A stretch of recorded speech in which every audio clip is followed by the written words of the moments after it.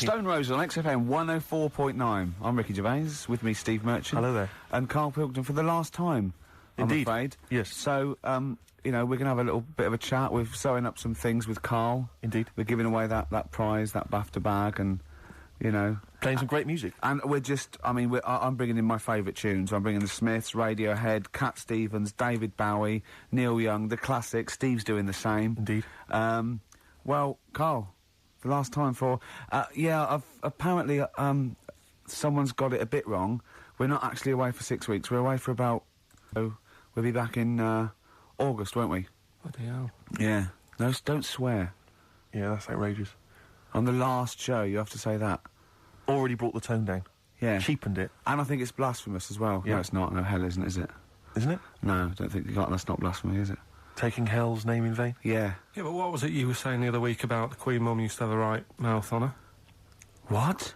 I don't think we said that on air, Carl. What? No, but last week you were saying about bad language, and I was saying, there'll come a time when bad language isn't, doesn't matter anymore. You can F and Jeff and stuff. Oh, I know what he's talking about, Steve. Really? Right, let me explain to you, the listener at home. Carl was worried about swearing, and as a joke, off air, it was last week, we were saying that in the 1940s and 50s, the Queen Mum used to say things like, and we were quoting things she'd said, like, but putting F's and C's in there, and you believed us. What, so this whole week you've believed that we somehow had knowledge that the Queen Mum used to swear like a trooper? We were doing fake quotes from her in her voice, but putting in F's and C's, and you believed us. I mean, I didn't even think... I thought you were going along with a joke, but it obviously made an impact. Carl, we've said this. You've got to question and query everything. You can't take things at face value, certainly not if they come out of the mouths of Ricky Gervais. Yeah. Alright. Yeah, sorry about that, Carl. It was a little trick.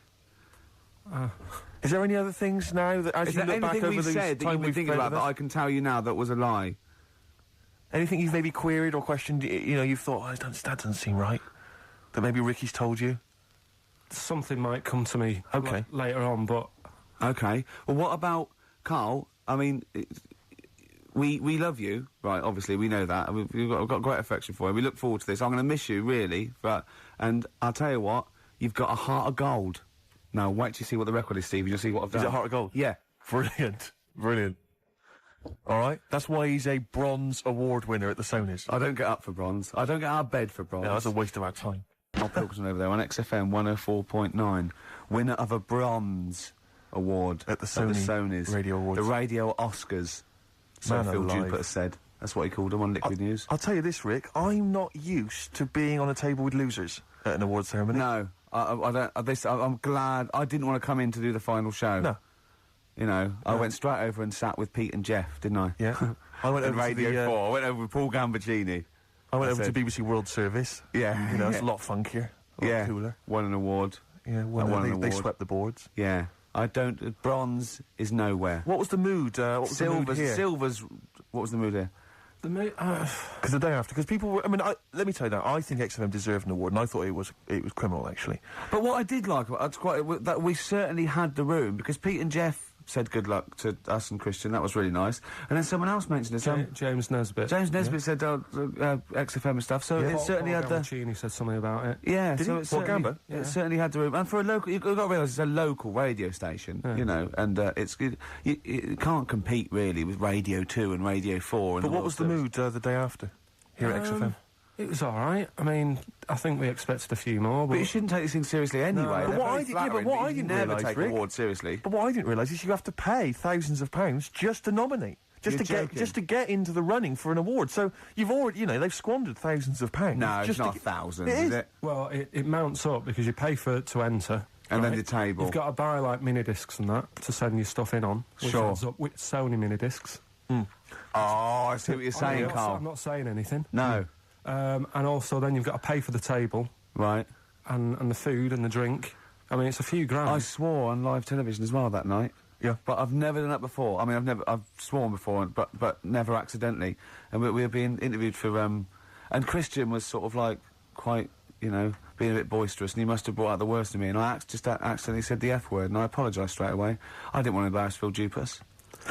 He was doing a good He does job. that himself, yeah. But I was thinking about yesterday, and you're saying a bronze isn't worth having, right? Yeah. But, say, like... We're only joking. None of them are worth having, but they're very nice.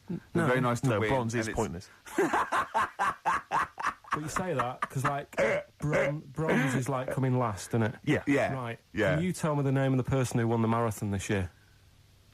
No? Yeah, but that's because we're not sporty. Well, I'm sure there's listen. lots that can. But then, the guy who came last, who was in the swimsuit, people remember him. And No, I don't remember his name either. No, what's his name? No, but he was 6 days late. I mean, he was really Yeah, but bad. what's his name then?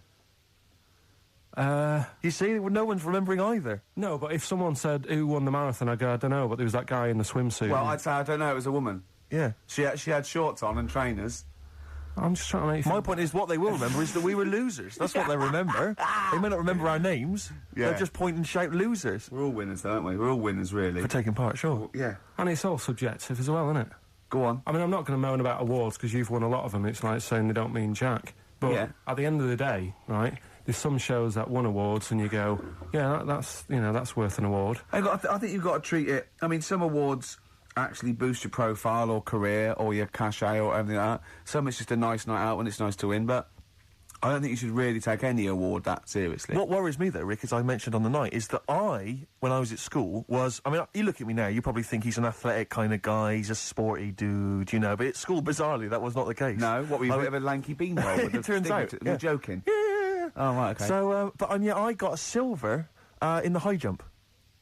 Yeah. And I've done better in the high jump, right? Did no training whatsoever, did no Yeah. practice, just turned up. You were 2.5 foot taller than every other person in your class. Yeah, but wait a minute. People think that if you're tall, that makes you easier. It makes it easier for you to do the high jump. Surely not, because I've got all that leg to get over the pole. That makes it harder for me, surely. Don't talk rubbish. What are you talking about? Well, of course, the taller you are, the more chance you got at the high jump. Well, explain Everything that else to me. being equal. Oh, what? Are you okay then? So, is it harder for a 6-foot man to step over a matchbox or a baby midget? A baby midget? That is tiny, Rick. Hang on. Here's something I've learned, remember? Go Going on. back to, like, show 4 or whatever. Go on. What is it? For? The flea can jump over the London Eye? No! No, it can jump the equivalent of if it was a 6-foot man. It can jump about 6 inches high. A flea cannot jump over the London Eye. Yes, it can. Yeah, it can. And Tell your kids that. God. Oh, But remember- oh, a flea can jump over the London Eye, and an ant can lift 3 Volvos. But you're talking about fitness people and that. Remember Go when on. we were in the pub, right? Yeah. And your mate Johnny was in there. Yeah. I think it was. Yeah. And he was talking about that guy who got done, right? Because he entered a wheelchair race. Yeah. And and there was nothing wrong with him. His legs were all right. Yeah.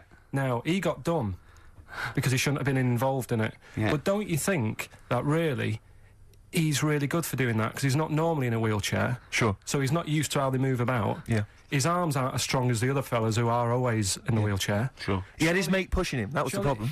Yeah, it was motorised. I'd give him a gold plus.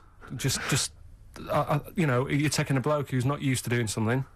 He does it the first time and beats the people who are at it. What all the about time. that It's woman, brilliant. though, that was disqualified in the shooting, because she was in a wheelchair, and she was just in the normal able-bodied Olympics. It was just, she entered, right? But she wasn't allowed to rest her elbow on the arm of her chair, because that was something disadvantage. So she's in a wheelchair, and she's shooting, but she was getting unfair advantage. And they said, you cannot put your elbow on the arm of your Sneaky, wheelchair. aren't they? No, they are. You got to be careful. You got to be careful. Do you want to play a... Some of them aren't even disabled, it turns out. Hold on, though. We're talking about athletes, aren't we? What record should we play next? I'd love to hear that single that was out a couple of months Athlete. back by Athlete. West Side by Athlete, a track that I know you and I have enjoyed. Yeah, it's one of our favourite over new the last tracks 6 of or the year, 7 that months. one. Yeah, Absolutely. very good. More of our favourite tracks to come on XFM 104.9. You know, I With was me, Ricky mentioning Gervais, and you, Steve Merchant, and, Carl Pilkington. sure, go on. You know, I was mentioning Shoot. the high jump. That Yeah. high jump. Do you know the reason I didn't get the gold? It's faintly embarrassing because the guy it was just neck and neck, me and another guy. In fact, he was slightly shorter than I was, and I was using the traditional Fosby flop. Is it the Fosby flop? Fosby flop. And he was using a method which I can only describe as the Superman, where he was running at the bar and diving headfirst over it. I've never seen this technique before. It's illegal, that's Absolutely why. incredible. Is it not Yeah. allowed? The Fosby flop only works because his shoulder and that are going over before his head. Right. That's they got around the rule. You weren't allowed to Right. dive over because it was too Obviously, easy. no one monitoring that. Yeah, no. Just the no. games teachers having a quick fag. Yeah, yeah. Um, What was his name again? Yeah. The fag. I think his name was Mr. Woodbine. But he anyway, so he's using this method, right? And it gets neck and neck, and I don't know how many chances you get to knock down the bar.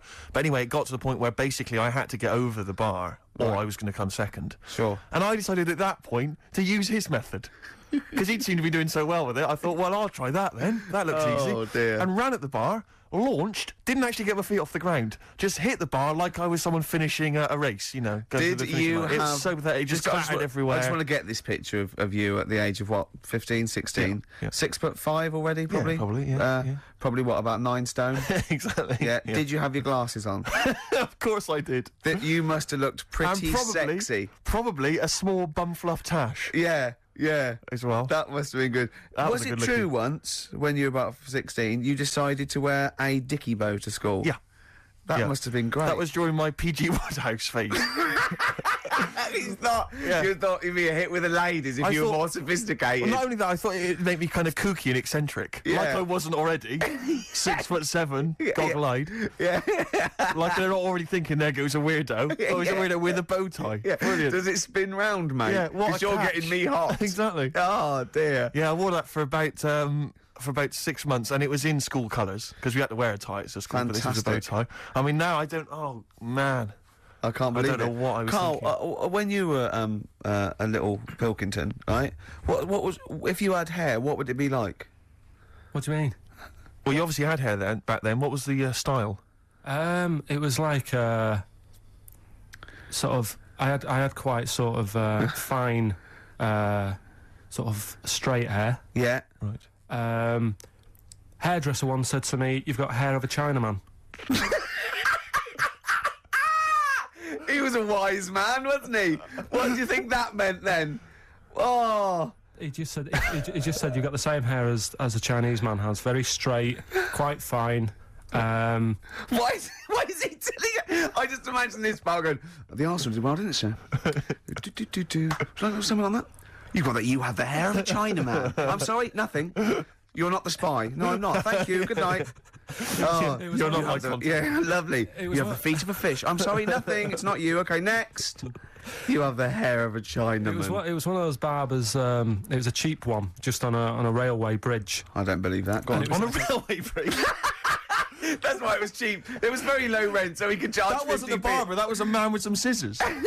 Yeah. Did you go, oh, have to move you there, sir? Wow. Yeah. Okay, back in the chair, sir. I imagine them on one of those things you always see in old films where you've got to have to pump it up and down, yeah, like a seesaw. Yeah. That's not as good as that. It was just a normal chair, little wooden hut, and he did have to stop when a train came past, because it used to... Well, because he had to change the signal. Just making a few extra bumps. Yeah, exactly. Yeah. Oh, I love that. That's Manchester for you. Oh, God. It wasn't Bernard Cribbins, was it? I always remember him saying, "Do you want your hair washing?" And I said, "Is it free? You know, does it come with it?" And he said, "Yeah." So I said, "Oh, go on then." He said, "Hang on now, I'll just have to wash these mugs up." He had like a sink full of mugs. Oh, he said, "I'll God. just take these out and then I can wash your head." Oh, no. And that's why. Why did you go to this man? It was cheap. It was How much was it? About £2. And when was this? God, at 88, 89. All right. Yeah. So what happened to your Chinese hair? When did it start coming out? You have the hair of a bald Chinaman now, don't you? You've got the hair of a Chinaman in a box now. I used to just work a lot of hours, and I think... That's what made it fall out. Yeah, of course. No, it's like not. It's genetic. You can't stop it. It's not genetic. Of course it is. Is your dad bald? No, he's got more hair than me now, I think. Is your mum? Kojak's got more hair than you, Carl. Anyway. Don't have a go at Carl's hair. That's a bit harsh. Oh, look at his little face. What did it say before in that book about going bald? It said it had a little tip, didn't it? We'll go over them later. It says if you're going thin, doesn't it say cut your hair short and something like that? So it makes you look thicker. Yeah. Oh yeah, we got people are offering Carl lots of. We're coming up to that in a Yeah, few, well, we'll few go through that. minutes. So obviously we to win that BAFTA bag. Shall I remind people what the competition was? Yeah.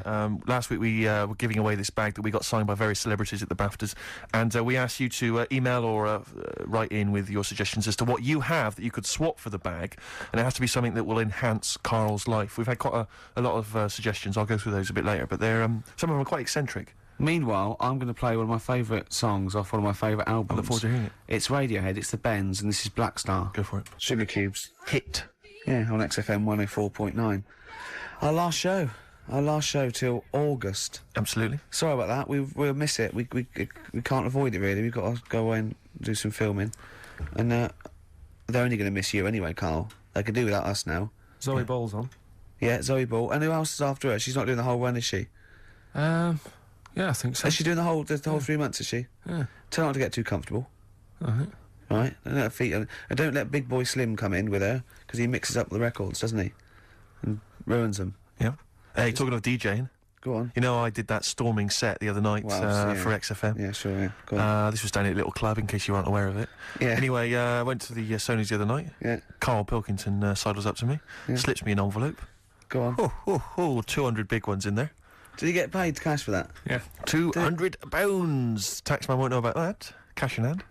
No, the tax won't know, because, I mean, obviously no one who ever works in tax is listening to local radio. Oh. Yeah. Well, so... No, the taxman will know about it. Yeah. Because I'll declare it. I would. Put it... Yeah, it's going straight down. I'll do it when I get home. Do it when I get in later on. And don't write off rubbish that you buy anyway, like, you know... No, Yeah. I won't. No. I'll do it all above board officially. Fill it all in correctly. And so I'll send it now, I'll send it tomorrow so that you get it early. So it's not too busy for you, sir. Oh, never mind. Oh, yeah. Also, did you see Liquid News last night? No. What is Liquid News? I don't really watch It's the Liquid thing News. on Choice, right? And it's sort of celebrity news, yeah? And Julian Clary was on, and they were talking about the Sony Awards the night before, which we went to, and they said something like a relatively unknown had won the entertainment award that we were up for, and Christian and Chris Moyles and Jonathan Ross said beating off bigger people. Not he was beating off bigger people. They weren't suggesting he was... Was Julian Clary beaten off at the heart again? Yeah. And it said, so the people who didn't win resorted to silliness. And it cut, right? I don't know where the camera was. It must have been miles away, because it wasn't us. Cut to me making a little hat for you out of a Budweiser box, a little dialect thing, and then forcing it on your head, and you sort of struggling. Do you remember that? I do remember it. Yeah. So they're always watching. They were filming us? They were filming it, yeah. So, Scary. yeah. That's really scary, because some of the things we were doing... Because I was tying scarves around your head, wasn't I? We were touching Carl in an intimate way. We were gaying him up. Gaying him weren't we, up to make quite him a lot. feel all uncomfortable and everything. Because he doesn't like that sort of thing, do you? Can't stand it. We're going to be giving you a cuddle about 5 to 3, seriously. We are going to... On the way out. And I've got roaming hands. Yeah. Do you know them girls who came up from the radio academy and sort of said, "Oh, so you're Carl then?" Right, Yeah. yeah. A couple of fans went up to Carl. Just on the way out, I said to him again, I said, "Look, I'm not gay." Because they were convinced I was. That's because if you remember a couple of weeks ago, we teased Carl that he had to go as Steve's partner to the BAFTAs, and they really meant partners. You know, after the show, when he was walking home, he was going to go buy his suit, I actually said, they will ask you. He went, well, what if they say, and as we walk in, Steve Merchant and his boyfriend Carl, well, they won't say that as you walk in, they might overdub it on the television. So he was going, well, what about my mates in Manchester?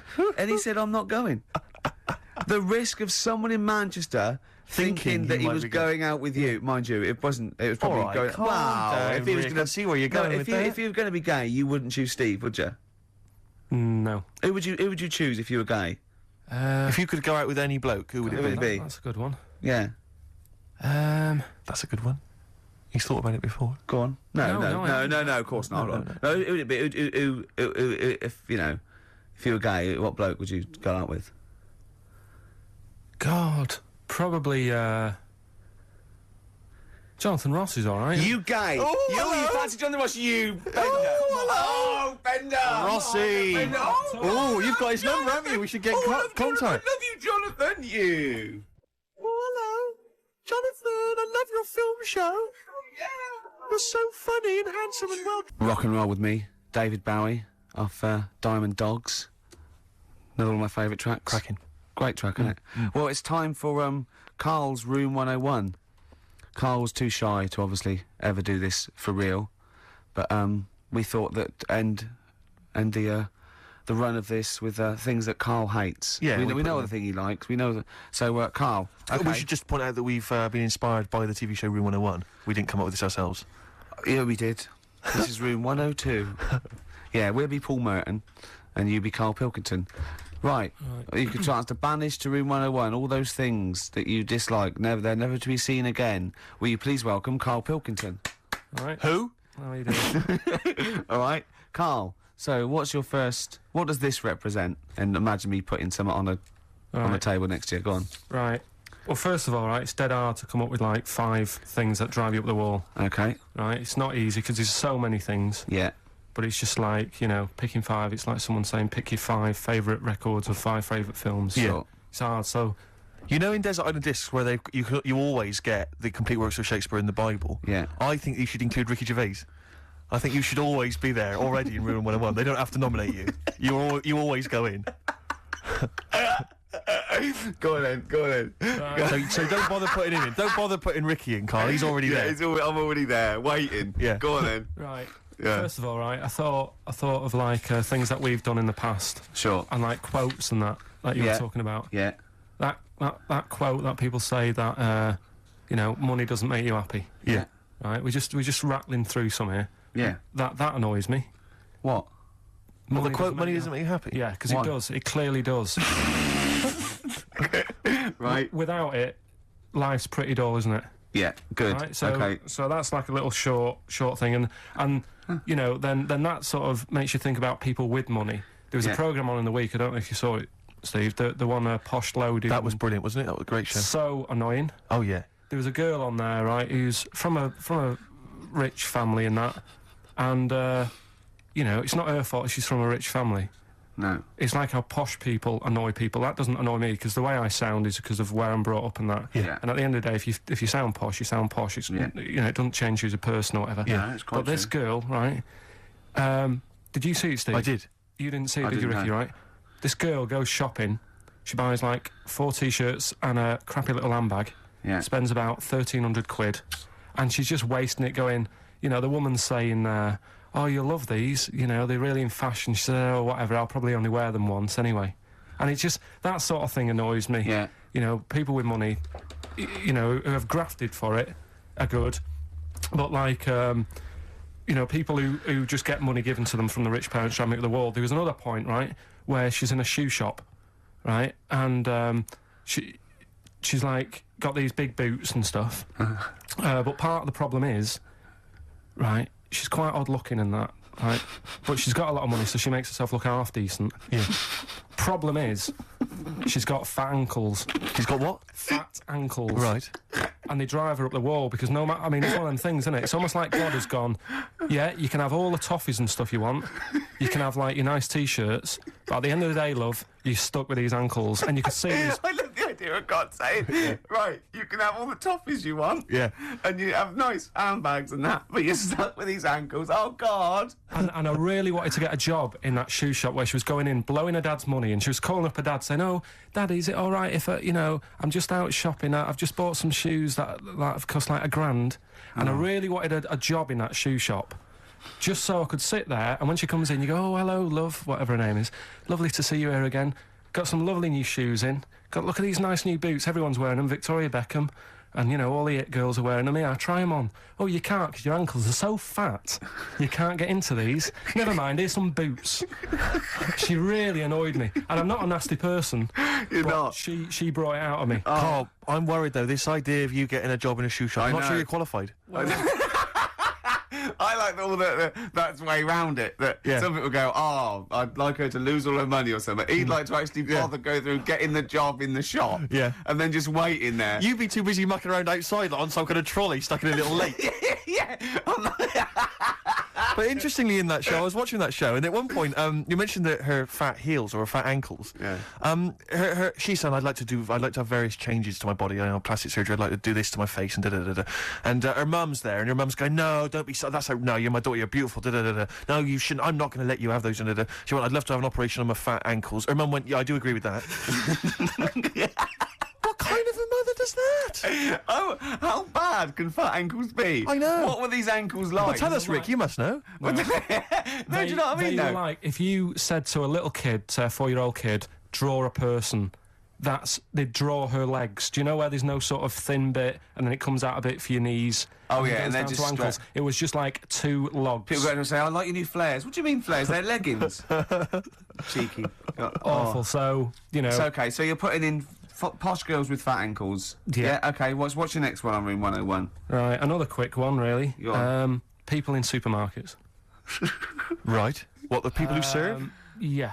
It's mainly these shops you get round in London that are like open 24 hours, right? Yeah. You'll go in and you'll buy you don't do your main shop there. It's mainly just little bits in it. Your carton of milk and Sure. maybe a loaf, a couple of balm cakes and that. Yeah. And you go in there. Who still buys balm cakes? Right. Do they have them in London? Yeah. Do you ever ask? Would you be annoyed if they said balm cakes? We don't have those down here. They're rubbish. That's happened before when I asked for gravy and they didn't know what gravy was. When did you ask for gravy? In a chippy. What do you mean? What'd you say? Have you got any gravy? Just because you up north you have chips and pie and gravy on it, and they Yeah. didn't have a clue what I was talking about. Right. Okay. So that annoys me actually. Stick that on the list. Right? But, You've got fishmen up north. but listen, right? You'll go. We in saw a sign in the north, right? It was a little shop, and the sign said, "We sell bread." And it was handwritten. It was like there was probably like a rush with loads of people in turbans going. What's this bread you talk of? Yeah, little headscarves, old women running down with their little. Oh, But anyway, these shops, right? So you go in there getting your stuff, and you'll go up to the till, and they don't say hello to you. They don't sort of smile. They just bleep the stuff through. Mm-hmm. They don't tell you how much it is. They just sort of expect you to look at the till to see how much it is, so you can get your hand in your pocket, give them the money, they'll give you the change, and they won't say goodbye. Yeah. So it's like they just can't be asked Sure. to have any sort of hello, how are you doing? Yeah. I don't want a big chat. I don't want to know what they're getting up to and Sure. what the dad does for a living and all that. I just want like, how are you doing? You're well, right? Oh yeah, this bread's popular or whatever. Right, that'll be £5. You need to keep abreast of which breads are selling well. oh, Mother's Pride. That's a good choice. It's 70% of our stock is worth. So that really, even though it is a 24-hour. I'll be shop, honest. I would err on the side of silence, not rudeness. I hate rudeness if they do that, but I would rather. I'd start to go, £1.50, please, and that'd be fine for me. Any more? What about It's like- hello and goodbye? Have a good day. Not in an It American way. doesn't bother me. I prefer people who say "have a nice day" and don't mean it to people who don't say it at all and don't mean it. To be honest, I don't worry about that mock sincerity because I think it. No, it but does it's the just job. normal, Yeah. isn't it? It's No, like I'm saying I like people who say I don't care. They say, "Oh, nice to see you. Come again. Have a nice." It doesn't bother me. But a chat. I hate people who think they're the life and soul. No. When I you're going don't through. mean like that. I mean get like nuts. if you go through a door, you hold it open, you go there, you go. You know what I mean? You expect a thank you. Yeah, that's all. Yeah, and also when do you come in at like a narrow walkway and you're both walking there, and I stop, we'll get out of the way, and they tut, like I should have. I want to go. Hold on, look, we're both in the same boat here. Yeah. Why is it me? That annoys me. Where people Oh, think tutting when they're in the wrong. They own the street, or if two people aren't looking where they're going, it's one person's fault. Yeah. That really annoys me. Yeah. So Sorry. that's it really. I mean, I know the 24-hour shops and they're knackered and stuff, but politeness, just to say. Well, it costs nothing, does it? No. So those are your little quick ones. Then we get There's on to your big to the three, meaty don't we? ones. The big one. Yeah, Should we if you play a want. record and come back to that? I know what you want. I'm talking to Carl Pilkington on room 101 on XFM 104.9. Yeah. Do you know what I mean? It's mad. We were shouting at you then. How loud are those headphones? Pretty loud, but I'm always wearing headphones, so... Yeah, it's but look what I'm doing. This is an old radio trick. You put one earphone over your ear and the other one off so you can hear people in the room. Hives on What- XFM what do you want? 104.9. What did you want to say? Doesn't matter, Carl. It does. The point is, it could have been important. It could have been a fire, Yeah, anything. when we shout anything, you jump. Yeah. Do you know what I mean? Come on, Carl. Get with the programme, all right? Hey? Right, what other things you want to put Yes, in sir. room 101? Other than us. Spiders. Right, go on. I know Ricky will be agreeing with this. Yeah, all spiders, yeah. I mean, not all spiders, because there's some spiders that are on the planet that don't do any harm. They clean up stuff, don't they? What, I got little brushes. Do you mean like janitors spiders? yeah. No, there's some that, you know, Hong Kong leggy. just get on with stuff. But I'm talking about the spiders that are deadly. Right. And spiders that are massive. I mean, Johnny's mate, Ricky's mate, Johnny, I mean. Yeah. He was talking about how he was in Australia. Yeah. And he was sharing a room with a mate or whatever. And his mate was having a shower and said, Johnny, just come in here a minute. And he went in, and there was a spider on the side of the bath that he said was the size of your hand. Two hands width. It's sort of like a size track, just like 8 inches across. It was- That big, right?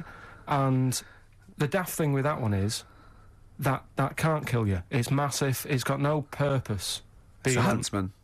Yeah, but what? Something you said it does, right? If you sort of walk around it and it thinks you're going to try and trap it, it hisses at you And jumps at you. and jumps on you, and sort of clings on.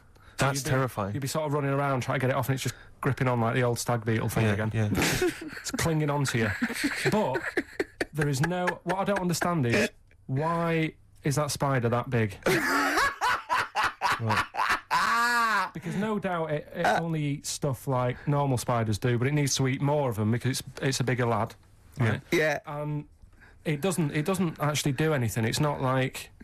I just don't Doesn't get track, doesn't paint, doesn't do Yeah, it. Yeah. it's just getting in the way, and it's one of those things that are so big you couldn't kill it. Because can you imagine like the mess that Yeah. would make something that size if you stamped on it? Yeah. Which I'm not, again, I'm not a fan of. Yeah. But I don't get that. And then there was a programme on a few weeks ago on BBC about spiders, and there was this one, right? It was going, there's so many spiders in the world, and apparently there's so many of them they can't give them all names. Right? What they're saying is, once one dies out, they'll actually introduce another one. Because there's so many different breeds of them that it's impossible to sort of make a book and list them all. Right. What? It's The like book a would be infinitely long. Well, yeah. Yeah. It's like a queue. They They're say, not right, trying to name it individually, are they? No. That's their problem. No, Yeah, seriously. Eric, yeah. Peter. Just This keep is- it down to the Ziggy. species. Go on. This is true, this. Go on then, yeah. So they'll sort of go gives a spider, the Black Widow, right? Black Widow, they've all died, so who's next? And they'll say, here's a redback. Yeah. And that's how they introduce them. So this programme was going on about this. Right? Oh, how they do it. No, they do it.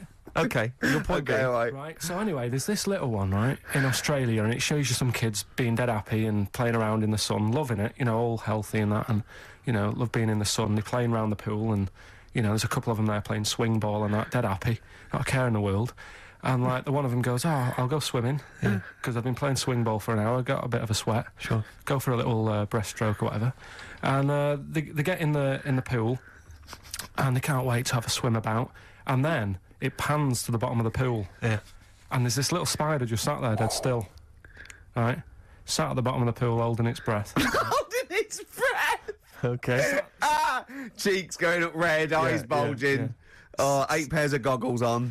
One goes by with a snorkel. You should have thought of this. 4 pairs of flippers. Yeah. Oh, It's sat there in the deep end, right? And then it pans back to the kids having a good time, chucking a ball to each other. Yeah. I can see what's going to happen here. And it pans back. It's not going to join in the game, is it? no. And what happens is the kid starts bouncing up and down on the floor. Sure. Goes and sticks the kid goes and puts a foot on the spider. Bites the kid, and apparently, if you're not seen to, you can be dead in 15 minutes. Sorry, why does this spider sit at the bottom of the pool? That's what it likes to do. Animals don't do things they like to do. Animals do things for a reason. Waiting for a kid to come along. So No! It doesn't make any sense. It doesn't make any sense. well, that's what It's it not. does. It's not. It doesn't go out to murder kids. That's not. That's not what it does. No, there must be a reason. I mean, if you just stopped when you watch these programmes and don't get involved with the music and, the odd... Why does it sit at the bottom of the pool? There must be a reason. It either goes there for protection, food, to call. It does it for a reason. It doesn't go there to wind up swimmers. Yeah. There must be a reason. This is it. If anyone's watching, please, if you're watching that program, I don't know about this spider. What's the name of the spider? I'm not sure. Okay. Well, it did say- 08700 800 123. Is it the Duncan Goodhue? is it Paul? I mean, I don't know. Maybe it does go into other things like ponds and that, and maybe it does the same to ducks if a duck stands on it. But why? The duck stands on it. Why? Oh, I love your brain. Probably because eventually, a kid can get like saved if it's seen to in 15 minutes, but a duck is just going to like wander around and go, God, I don't feel well and what have you. What good is that to the spider? Because No, I'm saying it might kill it if it might protect itself, but it must be in the pond for a reason in the first place, or the swimming pool. It must be down there for a reason. It must have another agenda, evolutionary wise. It can't just do it. Could it be in training for the Olympics? unless it is just cooling, like those because on one of the other programmes that's a bit mental. Oh yeah, that one. Yeah. The one with the lizards. Did I tell you? Well, that? let's not get into lizards. This could take. Okay, no, go on quickly. No, this is a good one. It was a programme, BBC programme again, on how insects and animals help each other out. Yeah. Right. They were saying how you might think they're an insect, but they think like humans do, and they all help each other out. Right. And there was this lizard that is running about in the desert, right, and it's going, God, it's roasting. And what it does, it makes a little hole in the sand, and it goes under the ground and it cools down, right? Yeah. And then you see one of the locals, I think it was in Egypt or something, and the Egypt bloke comes walking along. Egypt bloke. And Is he walking like an Egypt bloke? Walk like an Egypt bloke. and what he does, right, he's looking out for these holes in the ground. Sure. And he sticks his hand in. Yeah. And Why does he want the lizard? he makes shoes and stuff out of it. Okay. Right. And you see Cobblers. walking around, he's got about 12 of these things in a basket on his back, and they're all looking really fed up. Well, yeah. And it's dead hot, and they can't be bothered trying to escape, and they look really fed up. And this bloke's laughing, he's collecting loads. I love how he watches this, because they sort of editorialise it and make it into, some Exactly. sort of, evil play. Yeah. No. But then it was saying how this deadly scorpion that man is scared of is mates with the lizard. And the reason is that the scorpion goes into the hole, right? It can't dig its own hole because its arms are that big and it's awkward for it to dig a proper hole. Sure. So what it does, it goes into the little den that the lizard's made, right? And whilst the lizard's having a kip, the scorpion says, "Tell you what, I'll do you a deal. You have a kip, I'll walk up and down this hole here and sort of scare away any people." So the lizard's like, "Yeah, all right then, fair enough." Because the scorpion wants a little hole to keep out the sun. The lizard wants a kip. They've done themselves a little deal. The Egyptian bloke comes walking along, sticks his hand in the hole. Yeah. He thinks he's just going to get a lizard. Scorpion stings him. He runs off, drops the basket. All the lizards go running off. I love the fact that is what always happens. Yeah. They filmed that just by Yeah, chance, and that's exactly. what always happens. I like the fact that the Egyptian bloke has done this every day. He does it. He goes, "Well, okay, I've got all these lizards. I'll just go to this hole again." Yeah. Because I haven't got that lizard yet. Yeah. This will be fine. No, I just think... And you know, when the lizard and the scorpion make that deal, and he says you have a kip, and the other one does it, do they talk in Egypt or? I mean, they talk how Egypt bloke. how do they Do discuss? they talk Egypt bloke or this? English bloke? What language do they use, Carl?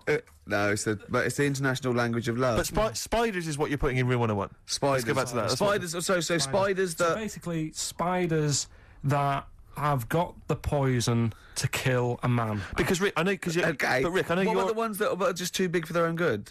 Those I are the- don't understand that either. But Rick, you're scared of all spiders, aren't you? Or Yeah. even the little tiny ones you I find. don't in the like garden. any spiders. Yeah. Is your husband afraid of them as well? Or? Oh What are we dear. playing here? What are we playing here? Oh, this is Cat Stevens, Silent Sunlight. It's beautiful off Catch Bullet 4. Oh, Cat Stevens, Silent Sunlight. Yep. Carl just had a funny phone call, didn't you? From someone who's telling you all about the Little Brown, it's called, is it? Little brown, yeah. That's the name of the spider that sits in the bottom of the pool. He said it doesn't hold its breath. It's got an air bubble.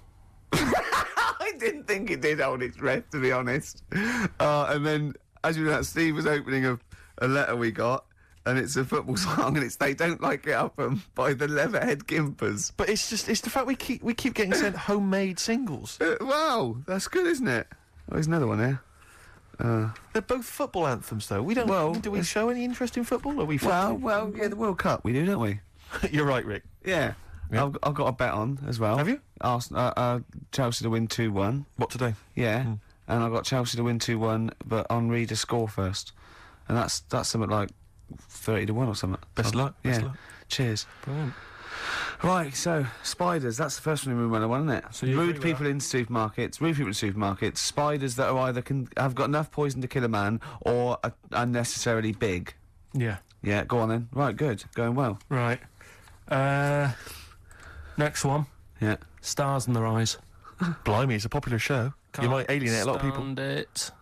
Why? Just, I think, if you've got a talent, right, there's loads of shows now that you can go on and make a killing, Yeah. like Pop Idol, Yeah. what was the other one, Pop Stars, Yeah. that sort of thing.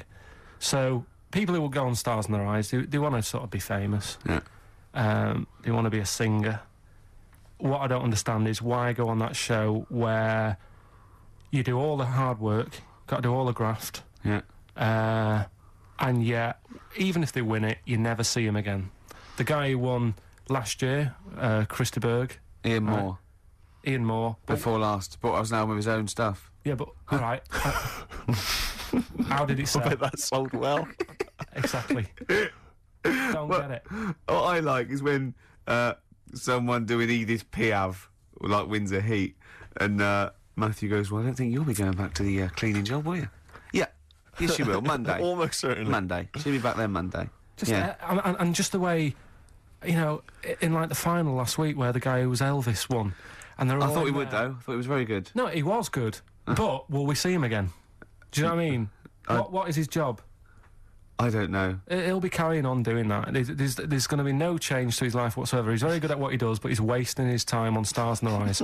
So I don't understand exactly what your issue is. You clearly like the show because you watched the final last week. He thinks... I You think agree that the people are talented. You think it's a waste of talent to go on Stars in Their Eyes because it's not a vehicle to be famous, whereas something like... Pop Idol, Yeah. Pop Stars, even Yeah. Big Brother. Do you know what I mean? Go Yeah. on that. Sit in a room all day, have a month off work. Because they're all big stars now, aren't they? No, but what I'm saying is, it's less work to sit in the Big Brother house.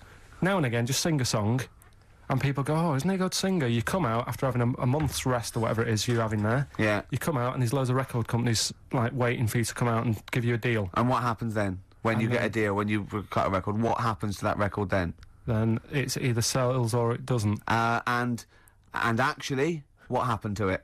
It didn't sell. No, none of them did. But what I'm saying is, that is a lot easier to do than all the graft that you have to do on Stars in Their Eyes and the pressure. What would you rather do? Buy Craig's Christmas record Yeah. or Ian Moore's classics? Probably Craig, just because the guy on Stars in Their Eyes really thought he was better than Christy Berg. When he was singing, and I think I'm better than Christy Berg. he was singing, and Christy Berg came walking on, Did he cry? and he didn't stop and go, "Oh, I can't believe it, I'm a big fan." He was sort of carrying on, like, "Don't interrupt me. I'll have a word with you in a bit." You think he should show the man he's actually making a little bit of living off? Yeah. Emulating. A bit of respect. A bit more respect. And the most annoying thing, I imagine them arguing, rest each other on the floor saying, I'm Christa Berg. No, I'm Christa Berg. Like two ventriloquist dummies. Just having a fight in the dressing room afterwards. but the most annoying thing of all with Stars in Their Eyes, people who go on and do people like, say, like, I think last year someone went on and did Lamal. Now, if you want to... Because the whole idea is with Stars in Their Eyes, you get work off the back of that show by, like, companies, don't you, saying, Yeah. who will we book? Yeah. You could get the real Lamal for about 30 quid. So why have an imitator? Well, it seems to me, though, Carl, the problem is that show's been running so long that all the big names have already been done, so it's going to end up having to be, isn't it, Lamal or some Yeah. old kind of 50s singer you've never heard of? Isn't that the problem? I remember when... I mean, it's just Eddie Reader was Yeah, on there. yeah, We've had Eddie Reader. But it's just a karaoke contest. It's just... I Yeah. think you're assuming that everyone on there wants to get, a recording contract. They do, Steve. Okay. In that bit at the back where they say, and the votes are coming in, let's have a look at the tension now that's going on. And they sat there and they really think they are Elvis. And they are Luther Vandross. sat there, and like, if they were all sat there having a Woke laugh, up this morning, looked at your picture just to get me started. Filth. if they were all sat there, sort of thinking, "Oh God, this is a bit of a laugh, innit?" But they're not. You can see that they all really want it, and it's like. But so what I'm saying is, who are you putting in room 101? Are you putting in the people who are just there to have a bit of fun? Everyone involved in that show, Including Kelly? Yeah. He's a talented guy. You don't care? No, He's going in as well. He's in there first, and then everyone else, everyone who enters it, the people who go and sit in the audience, everything. But what would you do Saturday night? You love the show. You watch it every week. It was just on when I was getting ready to go out, and there's nothing else on at that time. Sure. And it was the final on Saturday night as well. Yeah, you got to watch the final, Yeah, live it's final. brilliant, the really. final. Well, who would you do if you went on the show? Moby. I'd probably do. Ooh, It's not that you look like them, though, is it? No, It's who you no, sound no, like. no. 'Cause they wouldn't let me on as Tracy Chapman. I was furious. That's annoying. Because I sound just like her, but they said, no. Bowie. You do Bowie? Yeah. Can I hear your impression? No. Well, come on. No, because you just said if you could go on and what have you. I'm saying that. Well, it's got to be someone you can do. I mean, obviously, I'd go on as Will Smith because I can do the rapping. Yeah. I can't do it. I'm not a good singer. I've never really been into singing. I've never done a live singing thing before. Haven't you? No. Not even But a if talent there was a competition? talent show, sing. if What there did was you a do? talent show What on, did you do? I did Walk Like an Egyptian by the Bangles, and I mimed, dressed up as a woman. How old were you? It was when I was still going to school, so it was like Well, I hope so. 12. And what? Sorry, what was the? What? Why did you do that? What did you mime to? And why were you dressed as a woman? Where's the logic in this? Is what I'm saying, Carl. What sort of act was this? I think I was meant to get hold of some like Egyptian outfit. Couldn't. So I looked in my mum's wardrobe, and I had a dress. Dress in a fez, carrying some lizards? That'd do it, wouldn't it? I had some boots and a wig on. And And how did you dance? Look, he looks confused. He's confused by his own act. He's suddenly confused. the best bit was it was like a proper talent show. Do you know where you cover it all? Yeah. So I did like the dancing and the miming, and then I also did a bit of magic, right? Where I had like a cloth, right, and I had it over my hand like that, and the crowd were like, "Oh God, what's he gonna do?"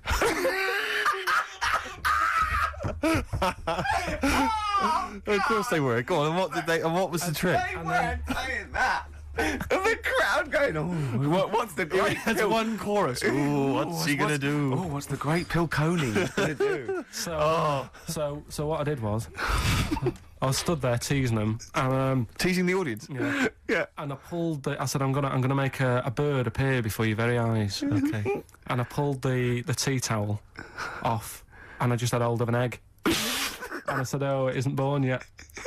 They loved it. He's so proud of that. Look at his Did you come up with that yourself? Yeah. Did you have any help at all? No. it was So all you did right. walk like an Egyptian and dress as a woman. Then you did the egg trick. And then I was also playing like a janitor, because when the next person was singing, I'd come on and all the electric went off, and I came on going, "Oh God, has anyone got 50p for the meter?"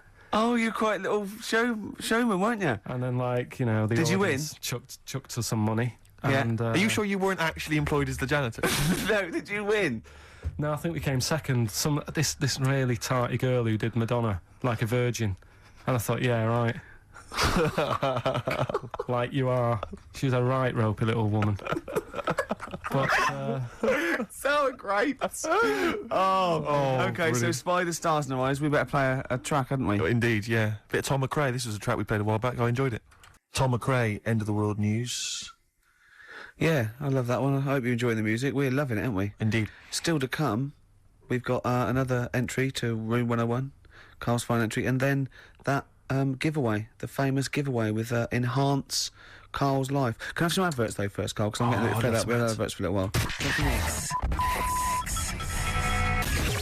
Badly Drawn Boy, Once Around the Block. Classic, a retro cut. Getting a bit sad now, Steve. 20 minutes. Indeed. You're right. I've got so much to say. I've got so much to leave people with about Carl, all the things he's done. Looking back, Carl, do you remember when I put up the waste paper bin on your head? Classic. classic Yeah. time, yeah. Yeah, do you remember that? What did I do to you today? Well, you tried to bring the same memories flooding back to me by putting the same grotty bin on my head. But the annoying thing was, last time I did it, it was quite a new bin. Yeah. Did it today, it's rank, all Yeah. sorts of stuff on What it. else did I do when I saw you go around the corner down there? Go on. I went to get the paperwork and that you need to produce the show. Yeah. And came round the corner. Ricky was sort of hiding, and I was concentrating, reading stuff. And he goes, and I don't imagine it was as soft and gentle as that. I imagine it was more like... exactly. Like that. And I tell you what, I nearly exploded because he sort of hopped on one leg, right? And it was... he sort of... I don't know why I'm doing this, but he sort of was walking out and on, we're looking down, and I went, and he hopped like that, and his weight was... Rest assured, listeners, that if you were here, it's not any funnier than it is if you were listening at home. It's only amusing to Ricky. It makes you feel really refreshed. He was going on and having a heart attack like that, and I was nearly having a heart attack laughing. And he went, "I feel good now." He said, "I can see why people skydive." He said that would be good for people that were ill. Oh, Carl. They've made me feel fresh. How am I gonna live without Carl for 14 weeks? Oh, you'll find other people to irritate. Oh dear. Okay, so right, well, we got this final entry in Room 101, but we've also had so many emails and letters about this competition. People trying to bribe you with things. They've been great. Can you read a few of them all? Absolutely, yeah. Well, obviously, this is people trying to win this bag that we got signed at the BAFTAs. We got Graham Norton, Angus Staten, Alan Davis, Jamie Theakston, Paul Whitehouse, Baxendale, Helen, Steve Filmich and McFadden, Peter Davison, Simon Pegg, Steve Wright, all different people signing the big bag. Do you know what I think, though? I don't think people want that. I think they want to contribute to Carl's existence. Well, this is I really genuinely think that Carl was sort of... You've only been there. How long have we been doing this now with you? Sort of like, in the area. 3 months? Yes. I think you've touched people's lives, Carl. I don't think I've ever met... Well, I haven't met you, but... I think your soul comes across as like a cross between... I'd put it, he's like a cross between a cat... And Rain Man. But we've had quite a few which are... which obviously want to kind of further your education. Obviously, when we're off air, this is something we're worried that's just going to dry up, and we've tried hard to educate you. So, lots of books, lots of people suggesting books, the Giant Book of Mysteries. And I mean, if you chose this one, Carl, it tells you how 3,000 Japanese soldiers literally vanished overnight. Real-life accounts of vampires, the man who planned his own crucifixion, the famous Ghostbuster, Harry Price, and lots of things about spontaneous combustion. Is this the one about the woman with the hairball? That's not got the woman with the hairball in there.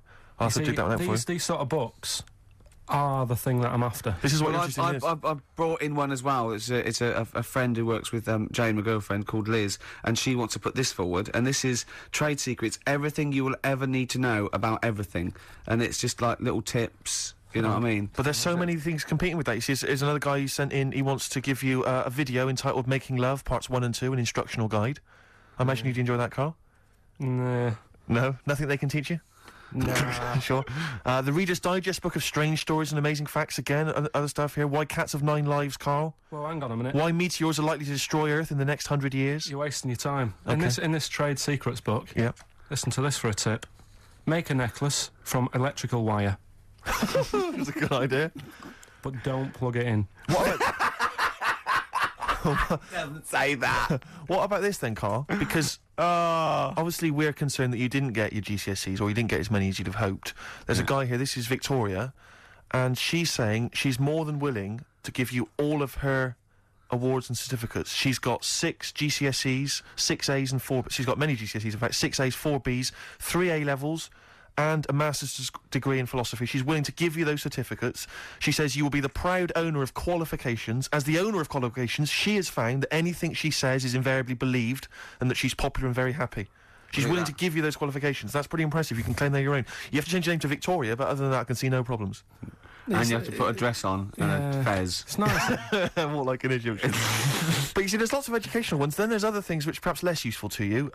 This is doesn't say who it's from, but I think it's Ruth, and she's happy to give you a statue of an ostrich that she made when she was 7. What about that? All right, you love birds, you love animals. Yeah, apparently statue. The legs fell off under the weight of the body, so now it's just a legless ostrich. But even so, Yeah. Even so. I've only got a small flat. Sure. Another woman here. She. This is, I doubt if it's ostrich size. Yeah, it's just clogging up space, though, isn't it? This is Lauren. She's willing to give you some of her handmade blue tack animals. She makes animals out of blue tack. She can give you an elephant, a seahorse, a tortoise, a pig, a butterfly, fish, snail, even a stegosaurus, or anything you choose. See, I've got my art set on... You've got the books. You're excited by the this books. book. What about this, though? This is a Lego alarm clock with a little Lego man who's got a variety of hats. It says here, including biker's helmet and cap. 2, I think, of the Village People. I don't know, Carl, if again people are picking certain things up. A clear stiletto mobile phone holder with pink fur on it, flashes pink and green. I think people know that you are not gay. listening. In this book, listen, right? In this book, little tips and stuff. There's one here about if your dog keeps nicking a remote control. Sure. The way to get it off it, ring the doorbell. Right, so you got to get off your chair, go and ring the doorbell. So the dog goes, "What's that?" And it drops the remote control, goes running to the door. Yeah. You run back and pick it up. I love the idea of Carl doing that, and then the doorbell goes, and Carl drops it and goes, and it's the dog pressing the doorbell, and it sits back down, and Carl going, "Oh no, not again." I mean, I really do want... Can't I just have this? You excited by that, are you? It's brilliant. What about this one, though, that you mentioned? This is a book which has got all those urban legends and stories that you've read on the internet, and it tells you whether they're real or not. This has got the one in there. I know you're very excited about the one with the woman who stuck her head in the microwave. Yeah. Eh? Right. It's not... All right, so basically she's saying here that whenever Ricky says, "Oh, it's not true," you can dispute that with your book. Yeah. What do you think then, Carl? Do you want to have a think about all these gifts? And There's then so come much back? stuff, isn't there? Should we play a record and then come back? Can't... Have you found something you like in there? You're so undecided, Carl. I really like this book. Go on, and what is it? What else you found? What tip? God, there's loads of stuff in here. Yeah. Let's just pick one at random. Don't be too tidy. Leave some areas for helpful garden animals to hide in. So when you're cleaning your garden and that, you know, it might look a bit of a mess, but think about the animals that are walking about at night in the dark and stuff. Yeah. Just little things you don't think about. Yeah, because they're pointless. Little, yeah. Okay, then we'll just play a record. Carl, and there's have so a look many at to those decide books. on. Yeah. All right, what we're playing, Steve? This is something from a little compilation that came free with a magazine called Comes With a Smile. It's a good little magazine. And this is by Matt Pond, PA. It's called Night's End. Just like, I suppose there's a little bit of New Country, which we don't play often, but there's some nice tracks floating about. Nice. And that's Very Matt nice. Pond, PA, Night's End. Well, I'm getting very sad now. 10 minutes to go, and so much to cram in. Now, thing is, Carl's fallen in love with that book, but I feel a bit bad letting a friend sort of win when all these lovely people, these regular listeners, so I don't think you can have that. But I'll tell you what, I'll borrow that, or I'll buy it for you, so you can have that anyway. What have you That's found safe. in there? You're going home with that. What have you... Avoid washing up by boiling the bag food. See, I could see why you'd love that. Exactly. Is there anything out? What other things have you caught your eye though? Put that book down. Yeah, go on. Well, One of our regular listeners who actually wants the bag and wants to be part of your life. Come on. Well, Richard emailed in, right? And he's got a book which is similar to the one I like there. Yeah. Which has got like 180 stories in it. Most of them are like true, I think. Do you know I was telling you that story about the woman who put her head in the oven to dry her hair Yeah. because she liked the way And she boiled her brain. Yeah, she stuck it in the microwave. Avoid washing your hair by boiling the brain bags. So she put her head in the microwave Yeah. and boiled her brains. Yeah. And boiled the brains Sure. because she thought she'd get the same result as she did from the oven, but it all went wrong and that. And What do you mean? She used to dry hair in the oven, and she just like went modern. Apparently, it's like what punks used to do. You get a different sort of heat off an oven than you do off a hairdryer, right? Sure. So she thought, well, I'll do it in half the time. Use a microwave. Sure. She She was busy. I She don't was understand late. how you can get your head in a microwave. It only works when the door closes. Yeah, but you jam the little thing, don't you? Well, don't say that. Don't say that. Don't tell. I don't think it's possible, but don't. Of course it is. Yeah, But well, anyway, don't but do that. he remembers that story and said, I've got a book full of stuff like that. And he sort of sums up a little story that's in the book about this girl who, she had long hair, right? And she used to always mess around with it. And she's sucking on it. Do you know, like how girls do with the long hair? They sort of mess around with it and stuff. Yeah. And she's sucking on it all the time. And she was doing this from the age of, like, 10. And then, I don't know, she's probably about 30-odd. And she's doing this all the time. Guessing.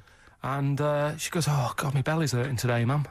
And she goes, oh, what's wrong with you? She said, I don't know. You're 30. Yeah. So she goes to the doctors, and the doctors do an X-ray, and nothing's coming up. And it's like, I don't know what's wrong with you. You know, you're just being a bit moany about nothing. She's like, no, honestly. He's a very intolerant doctor.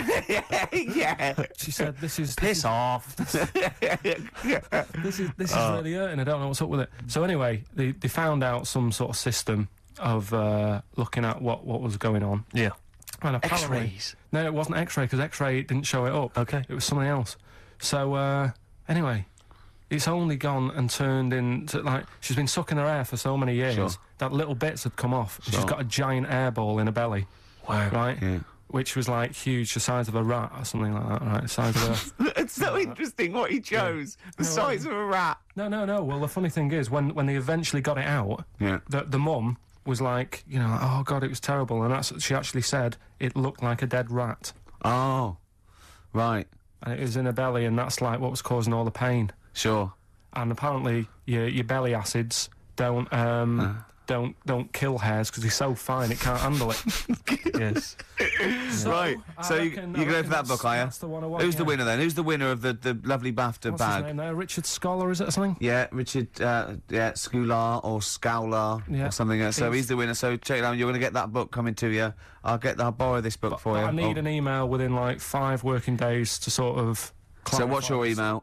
It's carl.pilkington@xfm.co.uk. Okay, lovely. I want an email from this guy, and I won't be sending the bag out until I receive the goods. Okay, right, good. enough. Well, we've only got a few minutes. I want to play Suede and I want to end with the Smiths track. So let's play this. What is it? Suede, Stay Together. Lovely track. My favourite Suede track of all time there. Well, we're that's nearly it, Carl. Right, what's your last Room 101? Oh, God.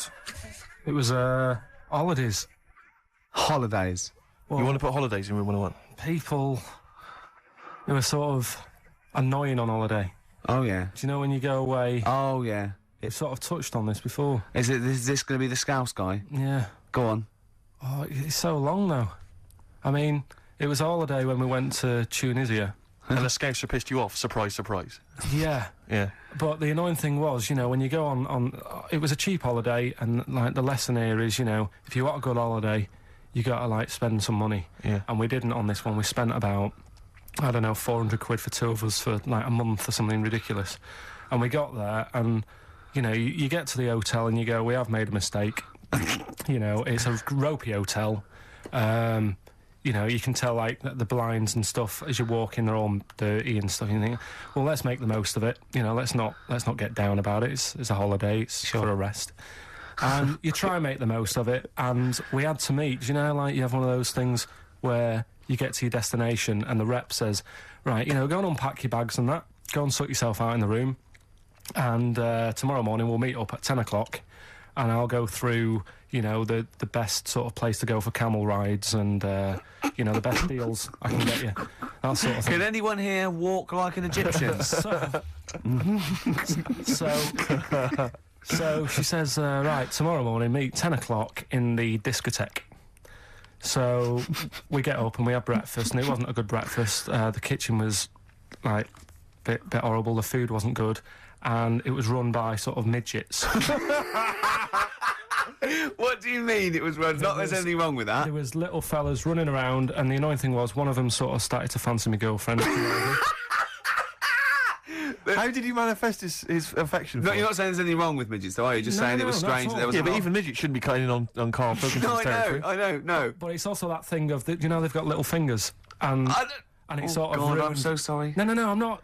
It is a bit of a phobia of mine. Okay. Do you know what I mean? They are nice people and that. Sure. Oh, God. But the annoying thing is... So what was he doing then? How did he... I don't understand how he was chatting up your girlfriend. Was he crawling under the table so you couldn't see? He just kept... Whispering to her from underneath there.